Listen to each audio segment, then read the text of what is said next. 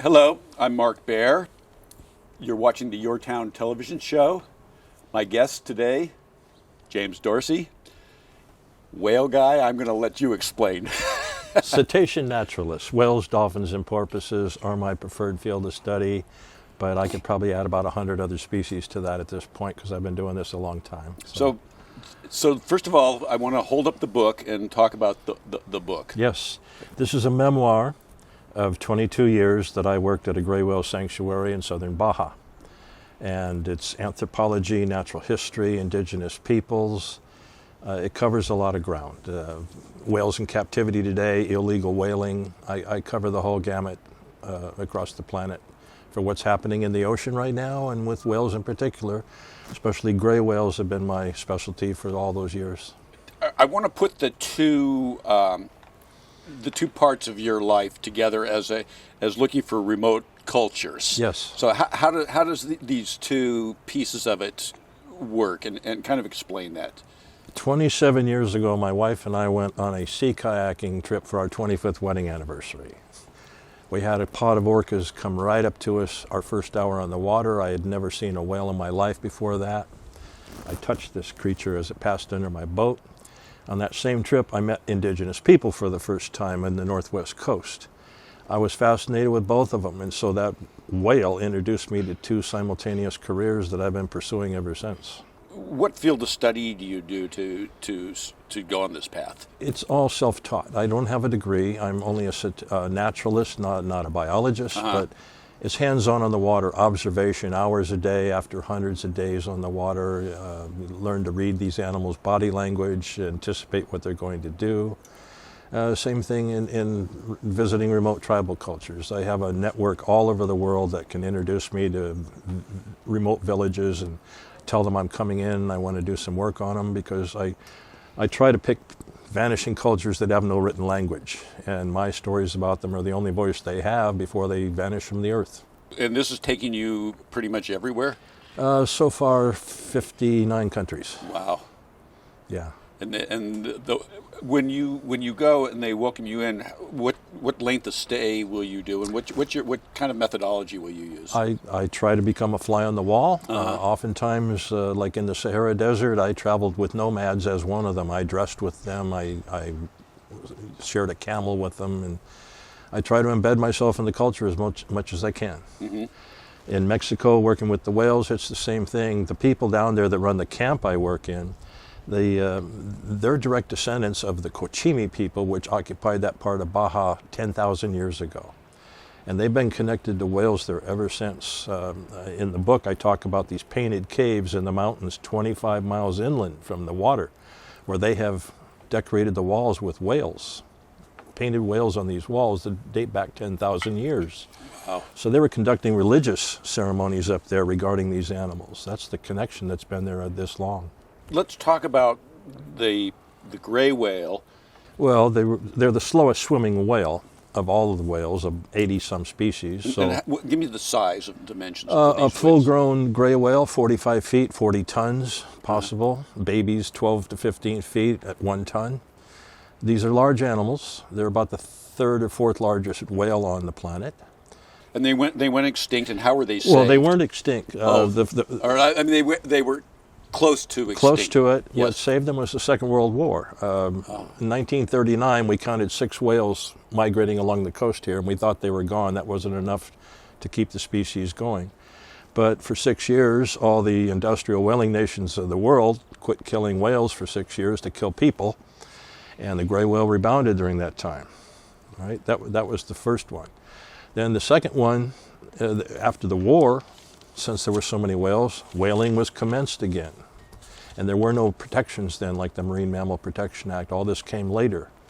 So they almost faced a second extinction until 1972. A Mexican fisherman named Pachico Mayoral claimed to be the first person to pet one of these whales. They were called devilfish because in the old days, whalers would harpoon baby gray whales to bring the mother in close where they could kill it. Wow. So when the mothers fought back, the press called them devilfish, and that name stuck with them for 125 years until the day Pachico petted one. I got to know Pacheco somewhat well over the years because he lived in the lagoon down there. And today he's considered the father of whale watching. He was the first person to pet a devilfish and prove they were actually friendly all along. We just never gave him a chance to show it. And now they've developed more of a tourist industry around it rather than a hunting industry. Yes, now they're protected. In fact, these whales navigate by underwater geography. They don't echolocate, so they have to hug the coast during the migration. That, for one thing, that keeps them inside the whaling channels where they cannot be hunted unless it's illegal. And there's a lot of illegal whaling going on in the world right now, especially in Russia. They're fairly protected, and in the lagoons, they're absolutely protected. And the people down there, they're all local indigenous people. To them, these whales are family. So, they're absolutely undercover down there. Nobody touches them. It's highly regulated as far as going out on the water now to visit with these animals. What was the process of becoming friendly? How did they come up to you? How long did this take? What was the dance between you and the whales to make this happen? Because I've seen you petting them and kissing one. So how did this happen? It's interesting because on the open ocean, these whales will not approach a boat. But once they enter the lagoon, they become very friendly. They come right up to the boat. Mothers put the babies on their backs and they bring them up to us to be petted. Sometimes they'll roll upside down, put a baby on their stomach. So the lagoon is actually a nursery. These animals are born with very little natural instinct. They have to learn how to be a whale.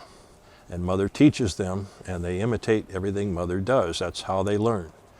From the moment they take their first breath until about 8 months of her nursing, they don't leave each other. After that, they take off and they're solitary animals for the rest of their life.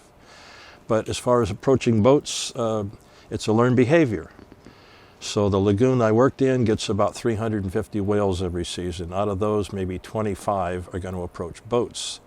If the mother whale approaches boats, she'll pass it on to her offspring. If she doesn't, that offspring never will. So they don't all approach boats. And why are they approaching the boat? I think it's because they like touch. That's the only reason.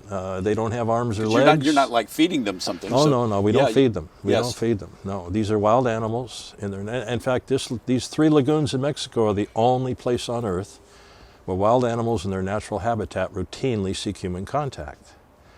That's a pretty bold statement, but I've challenged people for 25 years to refute it. Nobody's ever been able to. It's just a fact. And they come to us because they want to. That's all there is to it. These are intelligent creatures. I believe they're fellow sentient creatures, and they come to us because they want to be friends. So looking a whale in the eye has got to be quite a overwhelming, it is big experience. You can see the intelligence when you do that. I mean, it's I have been this close to a whale looking at me, and it's pretty intense. Yeah. I mean, we've had private conversations just staring at each other like that. Yeah. And do you feel like you're communicating? I like to think so. I mean, I know that there's a lot of work being done right now on interspecies communication, and they're starting to record sounds these animals make, and hopefully, I don't know if it'll be in my lifetime, but at some point I think we'll be able on some basic level to start communicating with them through some language system. Who knows? So let's talk a bit about whales and the changing climate and what that's doing to the ocean, and what's this causing? As far as the gray whale goes, right now, you see, they summer in the Chukchi and Bering Seas northwest of Alaska. That's where the food sources are, and that's where they fatten up because they lose a third of their body weight during the migration down to Mexico. So while they're up there, right now, ocean temperatures are elevated 10 degrees. And that's biblical as far as their food source goes. Amphipods and krill they live on can't sustain life under that ocean temperature.